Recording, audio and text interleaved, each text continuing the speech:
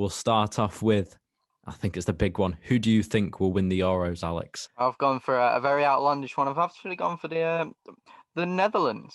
I just think they've got a very good young team, and they have the quality to go far in the competition. Obviously, they've got a mix between older players who've had experience in these type of competitions, and then people like De Vrij and everything. And I think they'll go very far and even win it. I don't think they have the best odds of anyone in the competition, but it's teams like this who you don't expect to win it, like Portugal, like Greece did in 2004. So yeah, they're the Netherlands.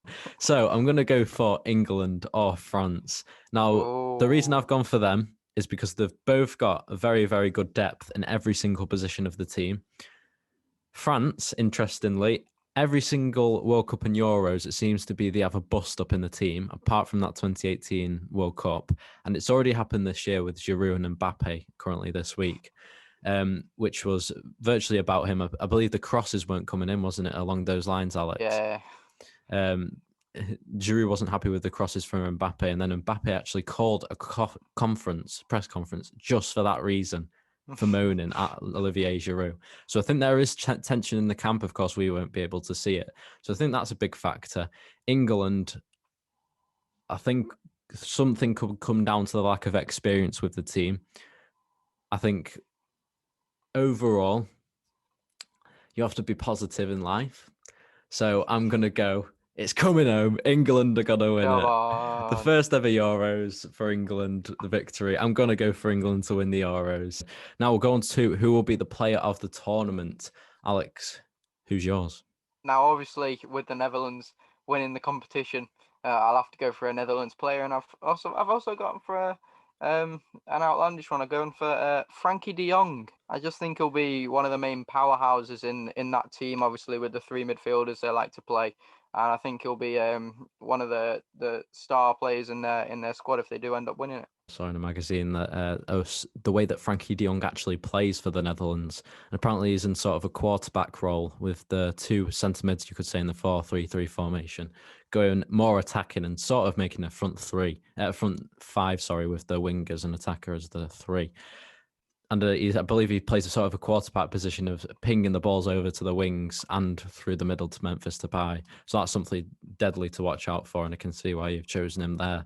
Now, I've gone with some obvious ones there. Of course, I said I've got a bunch of them. So I've gone for Bruno Fernandes, Paul Pogba, and Kante. Now, Kante's up for Ballon d'Or suggestions, which we'll come on to later if you listen to the podcast fully. But for me, it has to be the Bruno Fernandes or Paul Pogba. Pogba's meant to have played amazing this past week in the last two games in the friendlies for France. Now, Bruno Fernandes scored a rocket yesterday in the 4-0 win, but he scored an absolute thunderbolt. And I really do think this Portugal team can go far, not just because I have got them in our 12-man draw.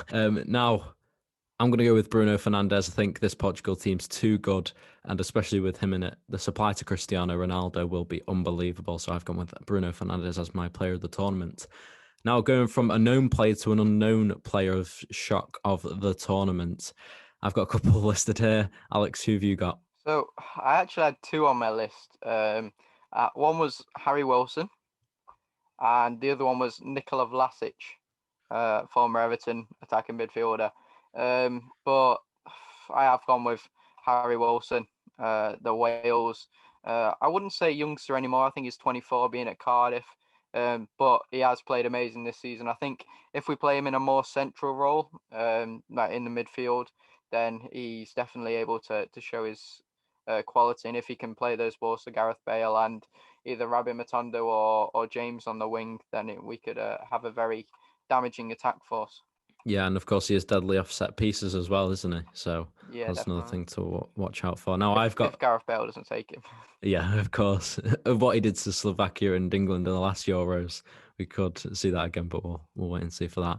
Now, I've got four players here.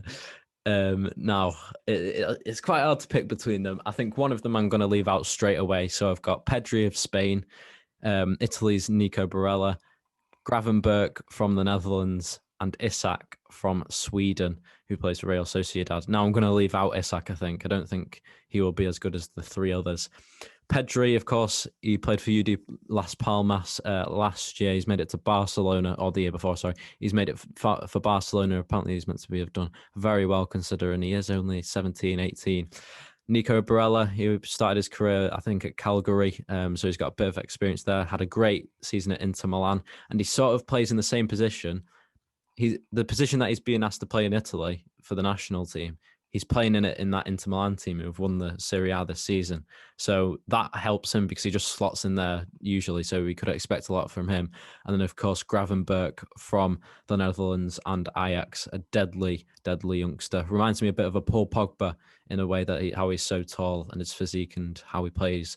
So I'm going to go Barella purposely because Luis Enrique and Roberto Mancini, of course, Spain and Italy manager. I don't think they'll play.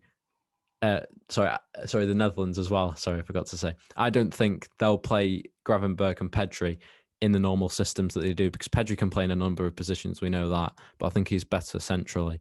And then with Gravenberch, I hope he gets deployed as a central defensive midfielder, but I can't see them playing two, especially with Frankie de Jong. So he'll have to play higher up the pitch, which he is very, very good at doing.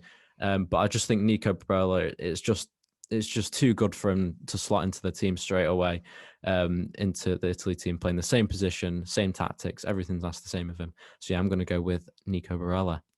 Now we'll go on to the Golden Boot winner. This is the player who scores the most goals in the tournament. Alex, who have you gone with? I was tempted by Harry Kane, obviously World Cup Golden Boot winner, but I have gone for Big Romelu Lukaku. I think he'll be too prolific in that Belgium team. Obviously, they've got one of the easiest groups in there, and if he can get De Bruyne fit and playing the balls into him, then I don't think he'll stop scoring. Of course, you said Netherlands before, and I was debating on whether to go with Memphis Depay, but I've actually gone the same as you, Romelu Lukaku. Of course, he played for Inter this season, had a very, very good season. Of course, the games that he's played this season, 36 matches, 24 goals in Serie A, and that's 11 assists as well. So he's not short of supply up front, that's whatsoever. And Harry Kane also getting a mention. A couple of other people have been mentioning him. But I think England will try and play as a team. And I think with Belgium, the goal supply will just come through Romelu Lukaku with Kevin De Bruyne looking for the passes the majority of the time. Next up, the dark horse team of the tournament. Well, I think we might have got the same one. I have gone for Turkey.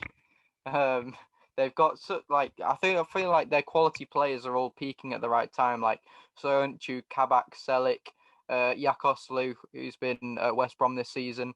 Obviously Yilmaz, who's just won the league with Lille. I think is it Yaziki that plays with him at Lille. So I think all of those really prolific players this season. Could I have one more player to that list? Checkers under from Leicester City on loan from Roma, the winger. Çalhanoğlu as well from AC Milan. Yeah. So they've got I don't think people realise how many quality players they do have now, Turkey, because I don't think we've ever seen a Turkey team this stacked with players at any competition really. So I think they'll be the dark horses definitely. I think I'm not sure. I think North Macedonia will go under people's noses a lot. They've got quite a good few players playing in Spain. So if I wasn't going Turkey, it'd probably be North Macedonia, but I think Turkey will be the main dark horses. Yeah, North Macedonia, their captain Pandev, I believe this is his last tournament before he leaves. I think he's 38, so coming on to 40 sort of. But yeah, he's staying with his country. Fair enough to him. My dark horse team of the tournament, I've got 3 written down here. I know which one I'm going to ditch straight away. So it's Denmark, Austria, and Turkey. I'm going to ditch Austria straight away. The 2 other teams, I think they're just a little bit better. Of course, Austria have Sabitzer and David Alaba, but I think Denmark and Turkey have just got more players overall, like Alex has just mentioned, with the Turkey national team. Now, Denmark, of course, they won it in 1992. Nobody thought they would win it either, like Greece in 2004. So they were a dark horse then. Can they do it again? We'll have to wait and see.